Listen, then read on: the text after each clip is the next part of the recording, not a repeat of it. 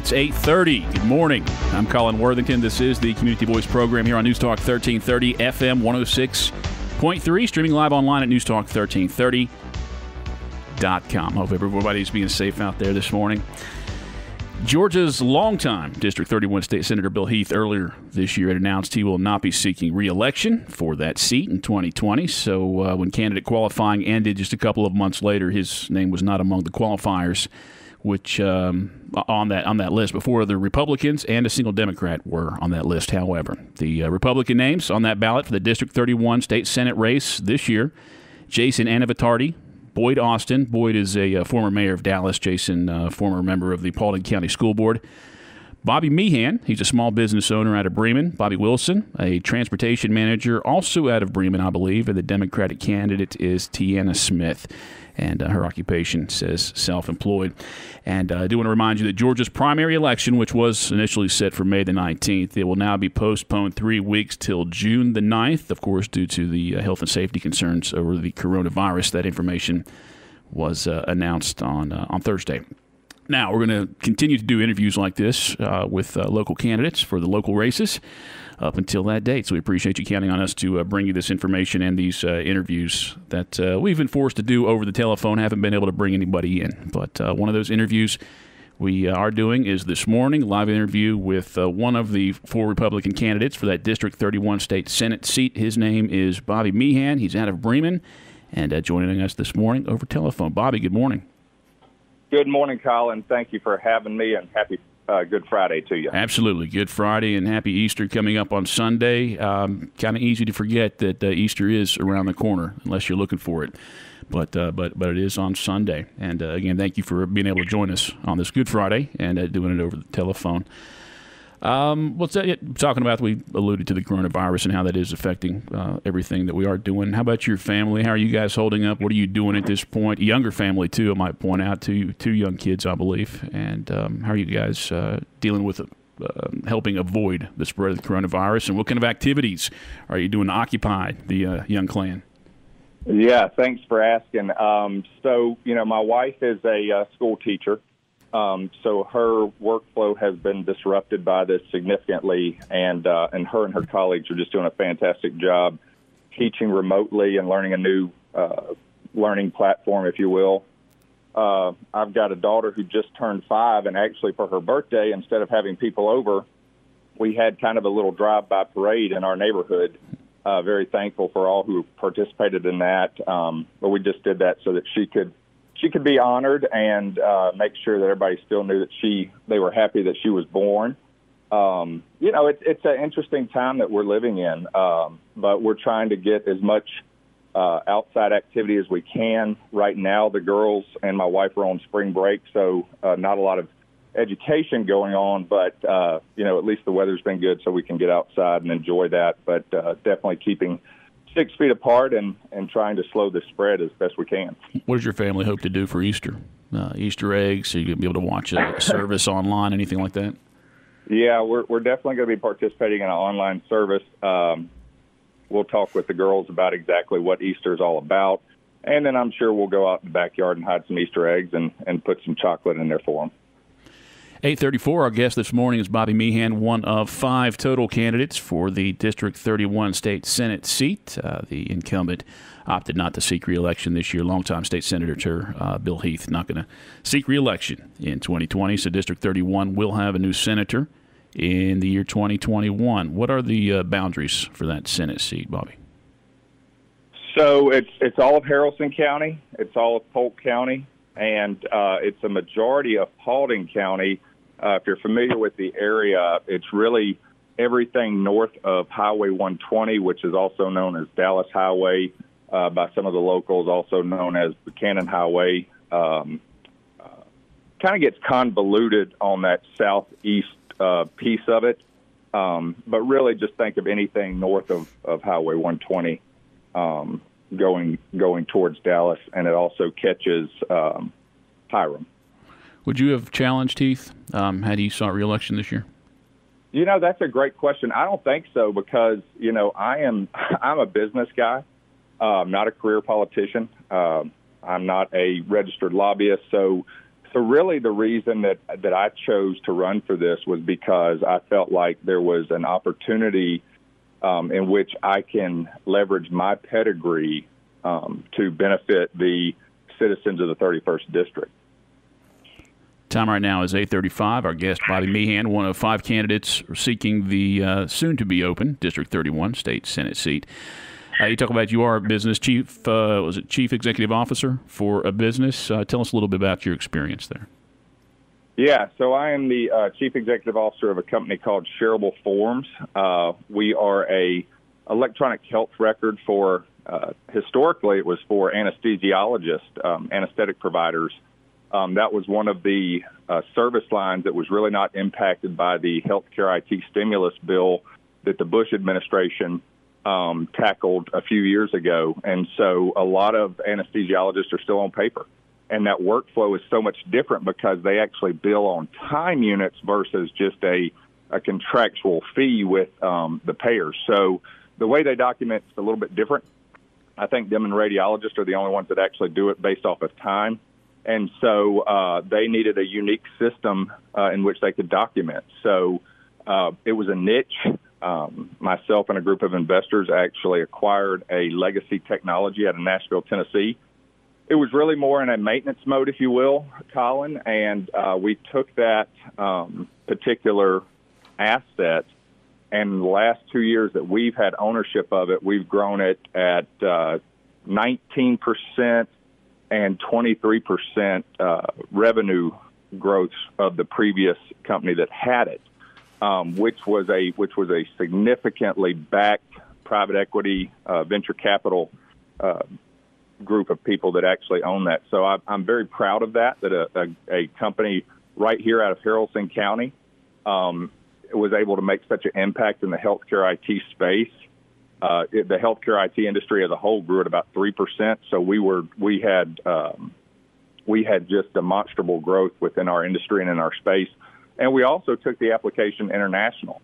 And to my knowledge, we're the only company in Georgia, in the state, that has that services anesthetic providers and ambulatory surgery centers that has an international footprint. So very proud of our team, very proud of our community that supported us. I appreciate all of our investors, and I've just been very blessed professionally. You have 4 years plus working with Greenway here in Carroll County. How do you see that benefiting you when discussing legislation related to health care in the state? Yeah, so actually it's interesting. I guess it was in 2006, I got a call from a fellow student of mine. I was working at the West Georgia Alumni House as a cold caller asking for donations, and I had a fraternity brother of mine say, "Hey, I'm graduating, and I've got a marketing internship here at Greenway." And I said, "What's Greenway?" And he said, "It's an electronic health record company." I said, "What's an electronic health record?" This was well before you actually had computers in doctors' offices, or at least at the point of care anyways. And I learned a lot, and one of my bosses actually was the vice president of government affairs, and we went up to Washington, and he wasn't a lobbyist, he wasn't a registered lobbyist by any means, but it was just advocating on how electronic health records can enhance, patients' experiences. And the big thing at that point in time was the e-prescribing and allowing electronic prescriptions to get to the pharmacy. And if there was some sort of a contradiction where, hey, I'm allergic to penicillin, well, back in the day when you had it on a piece of paper, you took it to the pharmacist, you got home, you took your penicillin, you had an allergic reaction, it was too late. Versus now, because of the formularies and the drug databases out there, it was able to flag, hey, Bobby's got a allergic reaction to this type of medication. So it was flagged well before the patient even got to the pharmacy. So, I really got passionate about healthcare technology. I'm so thankful and grateful to have had the opportunity to work with Greenway. I would not be where I am today if that company didn't exist. And that's another reason why I'm so passionate about this West Georgia community becoming a technology hotbed. I truly think we have the resources to do that. So hopefully that answered your question, Colin. Time right now is 8:40, just about 20 minutes before 9 o'clock. I am Colin Worthington. This is the Community Voice Program, Newstalk 1330 FM 106.3. Our guest this morning is Bobby Mehan, one of 5 candidates running for the District 31 State Senate seat. And as Bobby said, so represents all of Haralson County. I would say the majority of Paulding County. Is that right? Yes, sir. Okay. And Polk. And Polk County as well. So if you're living in those territories, hope you get a chance to listen to this morning's program. It will be in podcast version on our website later on this morning, newstalk1330.com, and then we'll post it up on Facebook as well. Put a nice little picture of Bobby's mug up there along with that, and share that throughout the day again on the Newstalk 1330 Facebook page. Time right now is 8:41. We'll take our first break. Come back, continue our conversation on this morning's Community Voice. As we journey through this global pandemic together, Oak Mountain Academy is lifting everyone in prayer and holding the community in our hearts. We continue to pray for all of the families directly impacted and the first responders and medical personnel on the front lines. There are so many individuals working around the clock to keep us safe and healthy. I'm Patrick Uran, headmaster, asking you to join all of us on the mountain in prayer and gratitude for everyone in our community. For more information about the Academy, visit us at oakmountain.us. At Tanner, our heroes are fighting the COVID-19 virus around the clock, but you have an important job too, and it's urgent. Stay home. We all must work together to stop the spread of the COVID-19 virus. Staying home is the only way to avoid exposing your loved ones to this virus. Each time you leave your home, you risk exposing yourself and spreading the virus to others in our community and in your home. Do your part so we can continue to do ours. Stay home. It can save the life of someone you love. 8:43, Friday morning. Colin Worthington, Newstalk 1330 FM 106.3, the Community Voice Program. Our guest this morning is Bobby Mehan, one of 5 candidates running for the District 31 State Senate seat here in the state of Georgia. Again, Bobby, thanks for joining us this morning. What are some of the differences between a state senator and state House representative? How do their roles differ? Great question. Obviously, 2 different bodies, checks and balances. And it's interesting as I've been out talking to people and kind of evangelizing what we're doing. People ask me all the time, what can you do for us? And so if you look up what a Georgia state senator can actually do, they can introduce legislation, they can vote on legislation. Obviously, how that works with the House is the House can either create a bill and the Senate can then vote on it, and the Senate can create a bill and the House can then vote on it. So really, it's 2 bodies working together.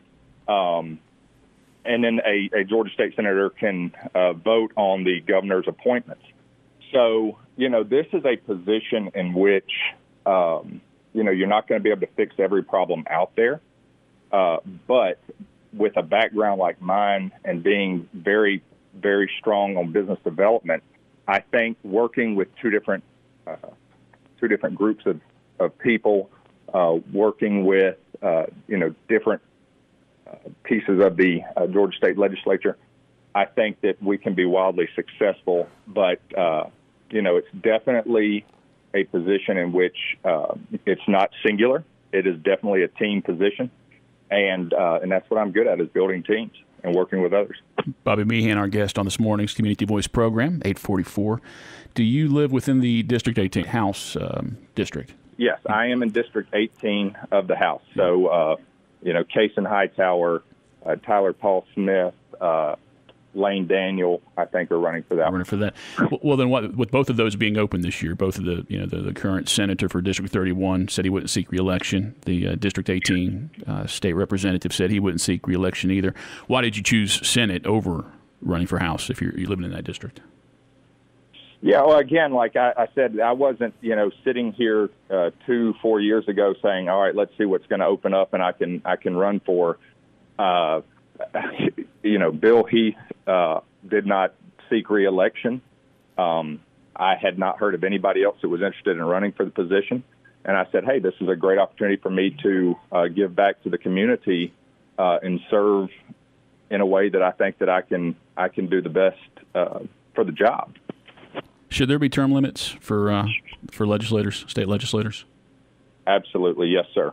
What would you suggest? I think truly between 8 and 12 years is probably a good enough term. I think 2 years, like any position, even in your field of work, how good can you be at it within 2 years? So I think you would have a lot of turnover, and I think that would cause a lot of waste in training the candidates or training the people that are taking over those positions. So I do believe in term limits, because I can tell you for certain that my goal is not to become a career politician. My goal is to go in there, make a difference, and then get out and let the next guy or lady come in and continue on the good work. So Steve Graddick has pointed out with that logic of thinking that I'm done next year. He's already getting ready for somebody else to replace me. Hey, being a local guy, who are some of your influences, maybe your mentors, your heroes, people that you would go to for information and trust with their input? I think, a lot of smaller community here, I think a lot of people may know those people. Sure. Yeah, again, I have been so fortunate I'm born and raised down in Henry County, Georgia. And so I fell in love with the West Georgia area when I came out here to college and started in 2004 out in Carrollton and fell in love with the area. But so since I have been in this area, I have just had a plethora of support from small business leaders to municipal leaders to county leaders.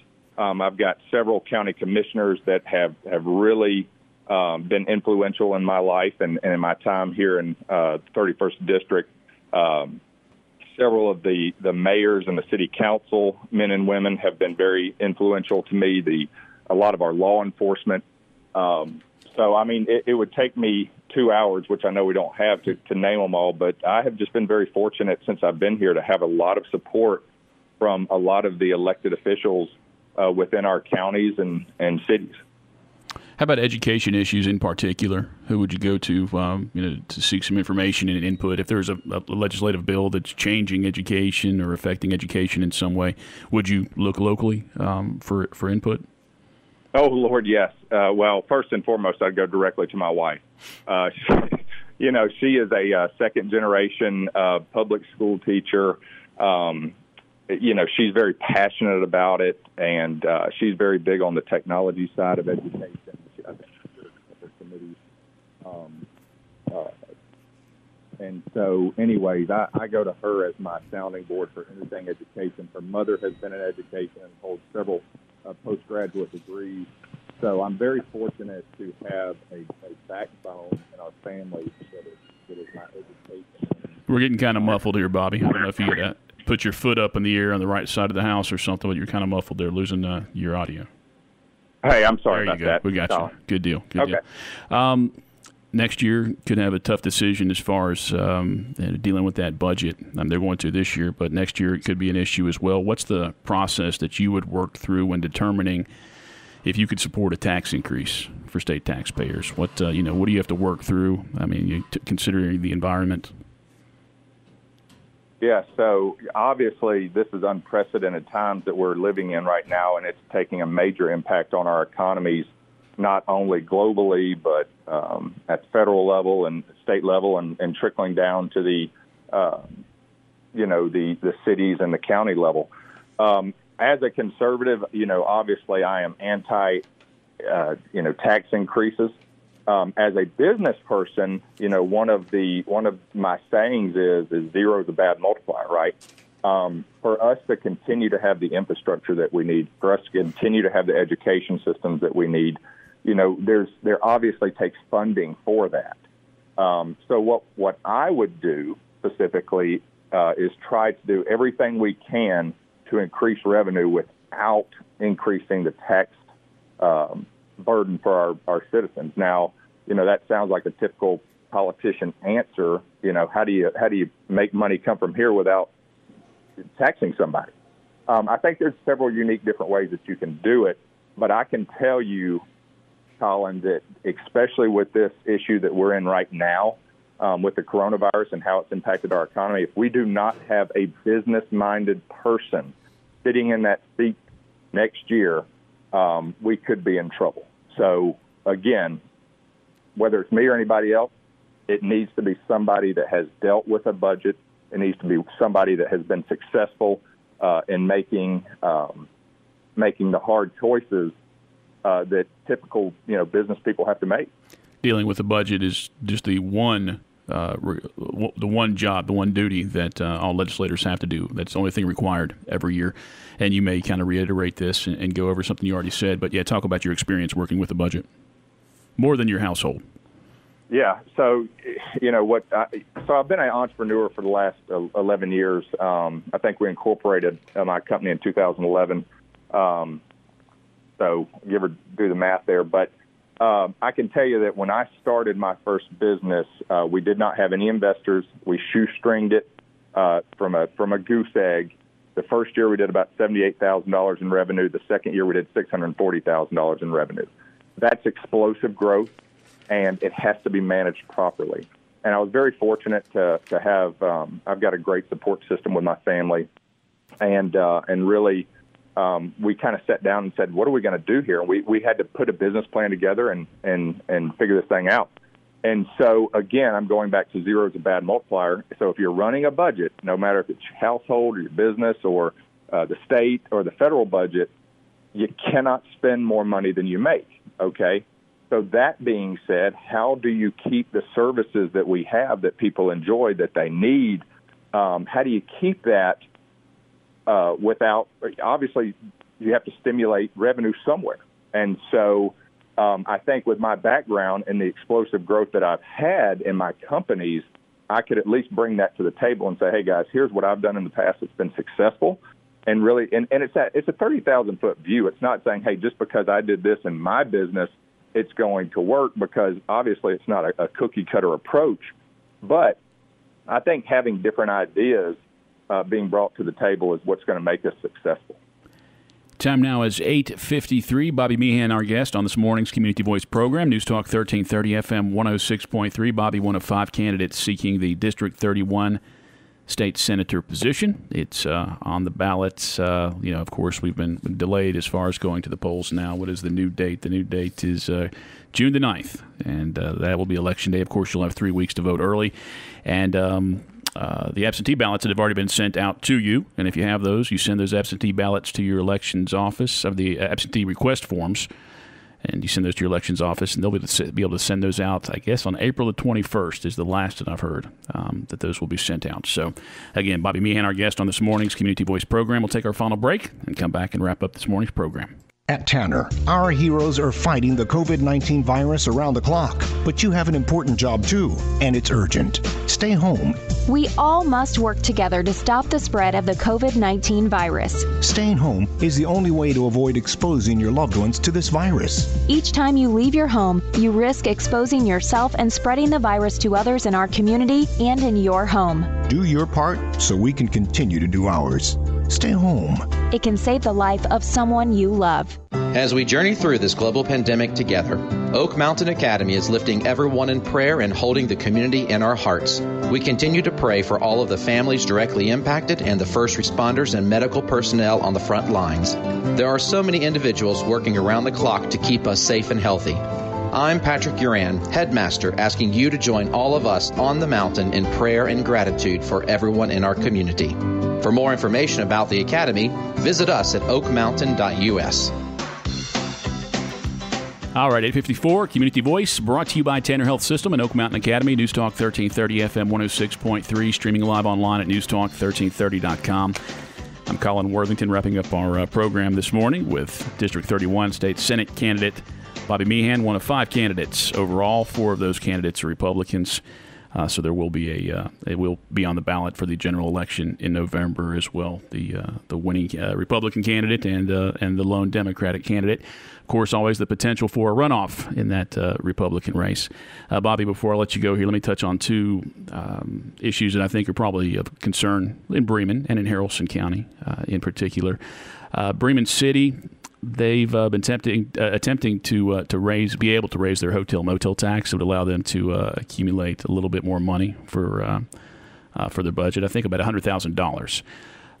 But to be able to do that, the state house representative of that area, must approve it, take it to the House, and the state senator must approve that plan and take it to the Senate so legislators can approve that. Over the last several years, Bill Heath has declined to bring that in there. He just said the city had not convinced him that it would be in the best interest of all concerned to raise taxes. How do you feel about granting Bremen that opportunity to increase the hotel-motel tax? Yeah, so again, I'm certainly not a guy that stands for increasing taxes. However, in this case, right now, Bremen is certainly underserved on the hotel-motel tax compared to other cities alike. And so, one, I think we need to kind of catch up to modern day what everybody else is doing. The other piece is, I don't see why there would be a problem bringing it to the floor to vote on it. But in my opinion, if most of the people that are going to be staying in those hotels and motels are not citizens of the 31st District, so it's not going to affect them. It will affect the people that are staying in those, which are either going to be people traveling through the area or businesses most likely.